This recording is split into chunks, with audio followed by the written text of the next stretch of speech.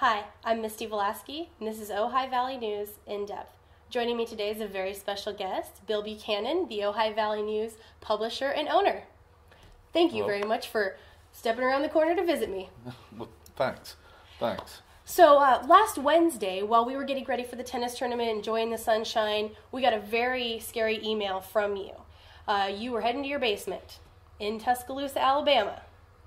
Yes, the storm was approaching. We'd had warnings throughout the day. In fact, the weather people had given advance warnings several days before, saying that Wednesday was going to be a bad day. And we started off first thing in the morning with heavy thunder and lightning and some straight line winds that did some damage in the county, not in the town of Tuscaloosa proper. And then things just got worse as the day progressed. So at what point did you decide to head down to your basement? Were there tornado sirens going off? I mean, in California, we have no idea about this kind of thing. Yes, and we have some pretty good warning systems, and the weather channels there are very good, very conscientious about letting you know what's going on. We were tuned to one of the stations and had several watches. Had been under a watch pretty much the entire day. So some other counties had been hit by severe tornadoes. Tuscaloosa had 3 tornadoes headed toward it at one time. We were tracking 3 different storms.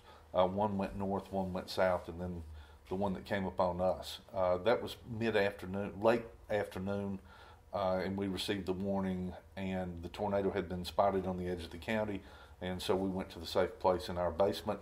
We were still watching it on TV, and then we have another room that we go into that has no windows, is the safest place in the house. Mm-hmm. Just before the storm hit, it was forming. There was a sky cam on the edge of town, and Ava said, "My God, look at the size of that thing!" And then it knocked out the power, and we went into to the safest part of the house where we had a radio, battery-powered radio, and we tracked the storm from there. Oh my gosh. So you were just in your safe room, not knowing what's going on above you. Can you hear anything going on? You know, the odd thing about this is the storm hit 2 miles from my house. There was nothing at my house. We had very little wind, very little rain. When I went out after the storm to check, we didn't even have limbs and leaves down. Oh, but 2 miles south of my house, it was devastating. We've all seen the pictures of this, but coming out of your basement firsthand, did you drive around town? Did you take a look? No, because they were asking people to stay in their safe places and not to hinder rescue personnel. Mm-hmm. That was one of the problems, quite frankly, is that people were driving around and the power company folks and the rescuers, police and fire, were trying to get on the scene because of the extent of the devastation. There was a friend of mine told me that you could stand in the parking lot of the mall and see the Coliseum where the University of Alabama plays basketball. To put that in perspective here, it would be like walking out of the skate park and seeing directly into the Ojai Valley Inn. My goodness. With no arcade, no Libby Park, no post office, just debris from the skate park all the way to the Ojai Valley Inn. Mm-hmm.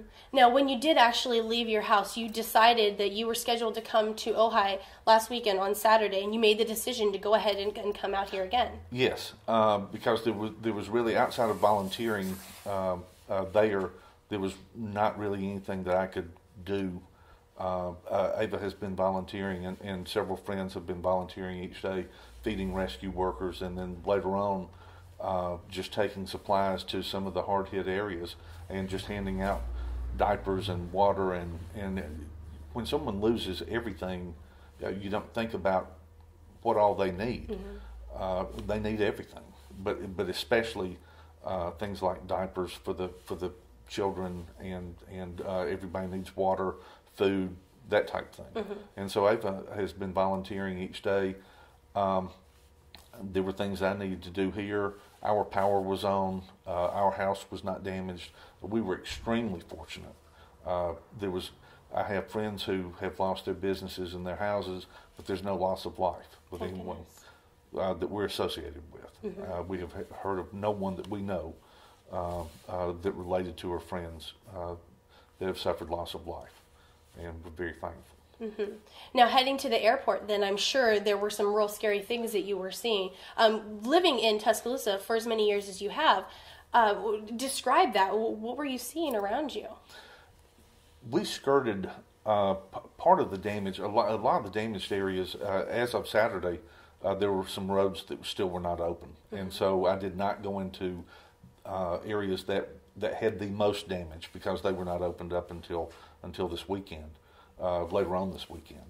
But in skirting around, we saw really where the tornado first came into Tuscaloosa in the industrial park. I saw trucks and cars that were twisted like you would wring out a washcloth. There were industrial buildings that used to be standing that aren't standing anymore. A friend of mine who has a business over there was trapped inside his building with two of his workers. They saw the tornado coming, ducked inside, went to the safest place that they could, and his building collapsed. They made it out fine, but they were trapped in the building and had to be rescued from the building.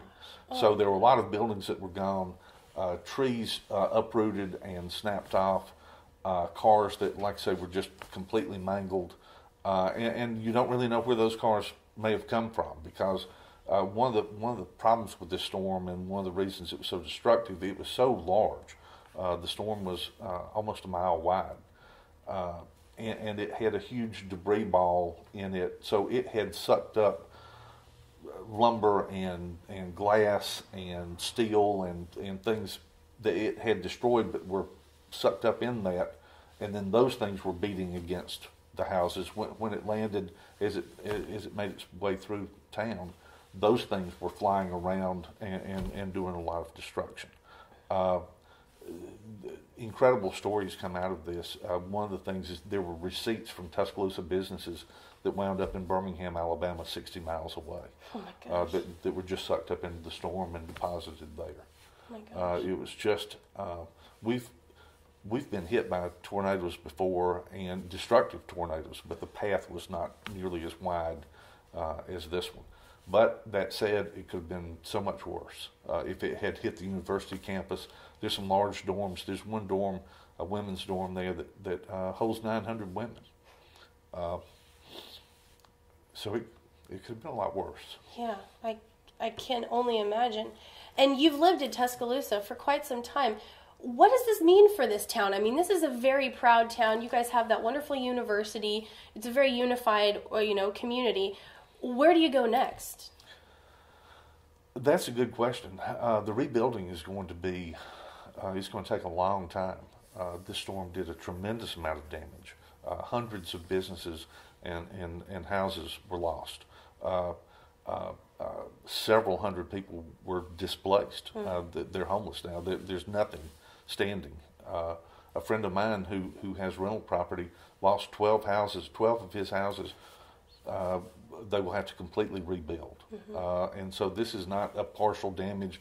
Just clearing all that out is going to be a monumental task. What they are concentrating on right now is trying to get people into housing. I think FEMA is going to be there.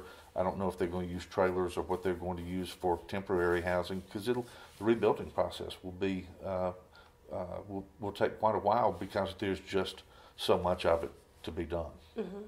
The community has come together. My wife and friends who have volunteered feeding the rescuers. They've been doing that at the city, at the amphitheater each day, feeding between 800 and 1,000 people.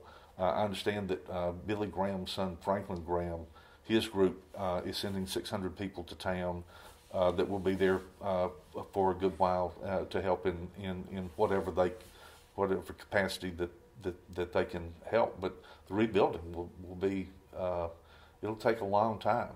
There is a good spirit in the community, but it's the community has just been devastated, physically and emotionally. Now, of course, there are lots of donation ways to donate. Are there any specifics that are real close to your heart? Certainly the Red Cross and the Salvation Army do tremendous work. One in particular, the United Way of West Alabama, which their phone number is 205-345-6640, and their website is www.uwwa.org.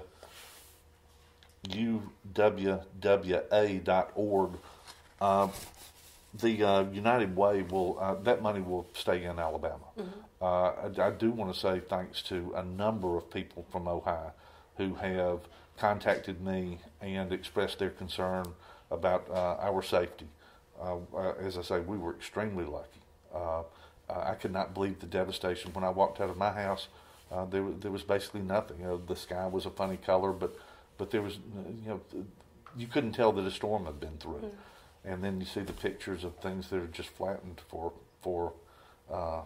miles, and it was just really hard to believe. Well, Bill, thank you so much for joining us and sharing this very personal account.